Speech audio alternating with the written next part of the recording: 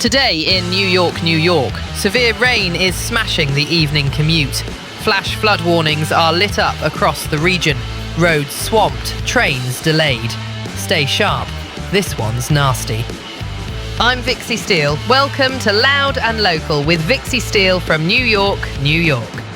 All right, let's talk about what's broken today. Heavy rain and thunderstorms are beating the hell out of the city right now. The National Weather Service says 1 to 2 inches per hour, with some spots topping 4 inches by the end. Translation? Your street just became a river. We've got a flood watch across the NYC region. NJ Transit is suspending or limiting a bunch of rail services. More than 50 trees are down on tracks and overhead wires, which is just brilliant timing for rush hour. Parts of the Belt Parkway in Brooklyn were shut earlier thanks to lanes turning into lagoons. Con Edison is throttling voltage by 8% in parts of southeastern Queens and telling 163,000 customers to cool it on the electricity. Yeah, no, not the day you want to run the dryer, the dishwasher and your personal sauna at once.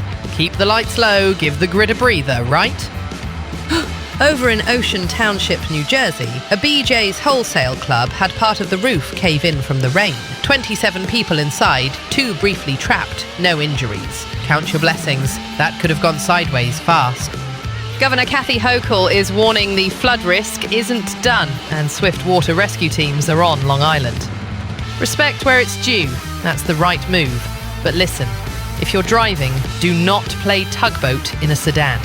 Turn around at flooded underpasses. You are not special, you are not amphibious. And if you're heading for the subway, check service before you tap, because puddles are doing what the MTA does best: ruin your schedule.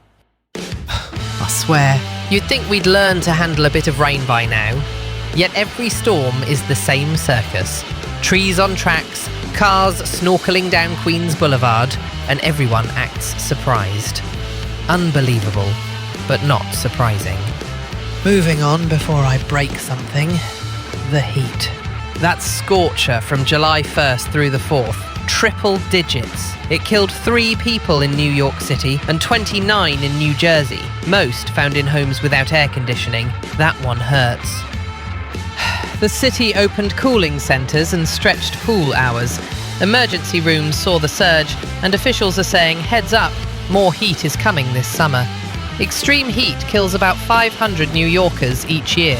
500. That is not a statistic.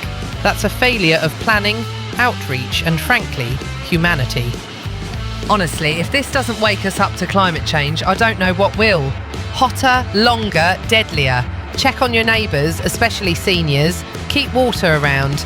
And if a building owner still can't be bothered with cooling and ventilation, can someone explain why this bullshit is allowed? And now, on to another disaster. A bombshell report on New York State prisons. Wilma Hale drops 277 pages of what many inside already knew. Violence is up, trust is gone, the culture is rotting from the inside.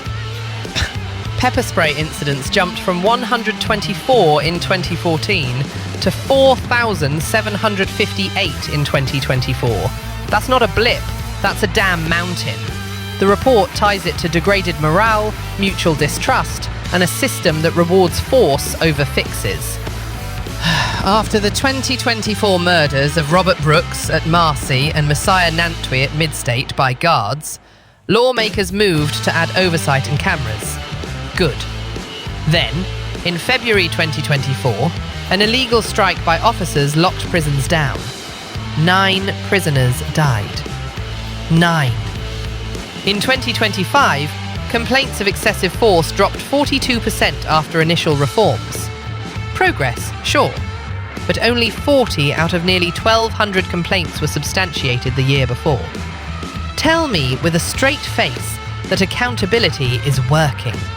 Staffing is so thin they brought in the National Guard.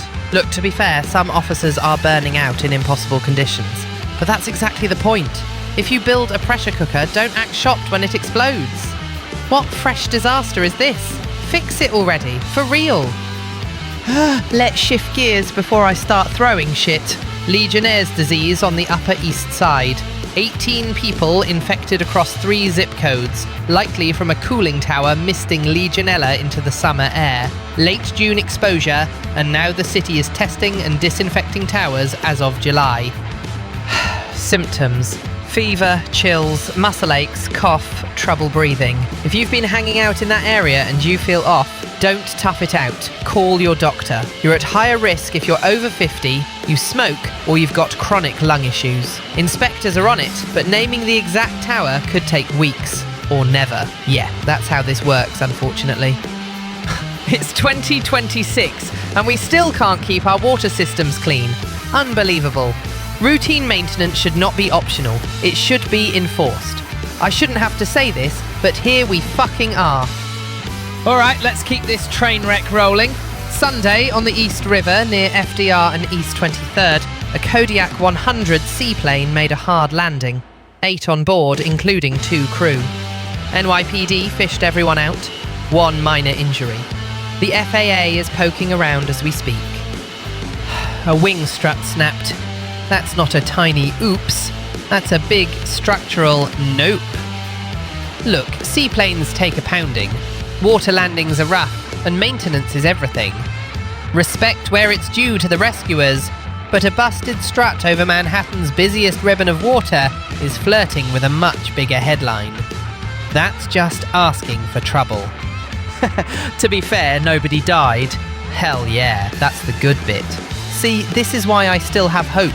People doing the right thing fast. But for the love of sanity, keep your gear tight and your checklists tighter. I am so done with avoidable chaos in this town. And that's today's dose of reality. This is Vixie Steele in New York.